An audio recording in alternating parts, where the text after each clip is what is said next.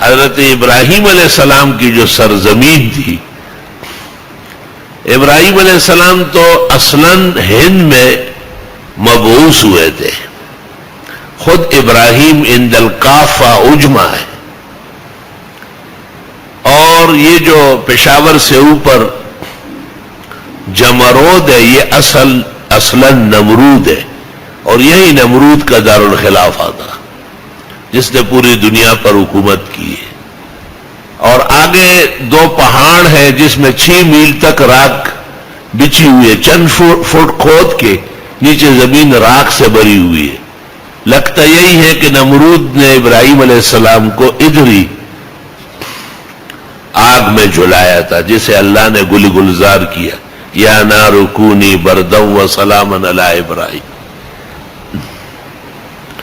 لیکن جب نمرود کی سازشیں ناکام ہوئی اور ابراہیم علیہ السلام کو اللہ تعالیٰ نے ہمیشہ کے لیے سرخرو فرمایا تو آپ وہاں سے تشریف لے گئے، کیونکہ ابراہیم علیہ السلام کو نار نمرود سے بچ نکلنے کے بعد نمرود سمجھ تو گیا تھا کہ یہ عام شخص نہیں ہے، خدا کی خاص مدد و نصرت اس کے ساتھ ہے، لیکن دماغ خراب تھا اس کا. تو اپنی بیٹی جو سارا، ابراہیم علیہ السلام کے تمام مقامات ان پر واضح ہو چکے تھے، جو ساز و سامان آپ کی بچت کے لیے آگ میں جا رہا تھا وہ دیکھ رہی تھی.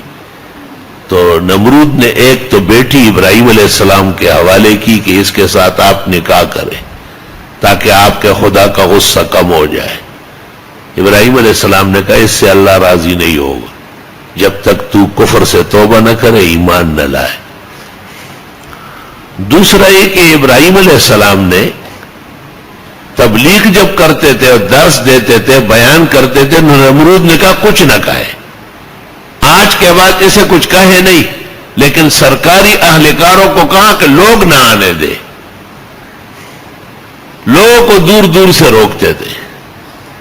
تو جب حضرت ابراہیم نے دیکھا کہ اب میری بات سننے کے لیے لوگوں کو آنے نہیں دیا جاتا تو آپ نے کہا انی ذاہب الی ربی سیہدین، میں یہاں سے جا رہا ہوں. علماء کہتے کہ عراق تشریف لے گئے.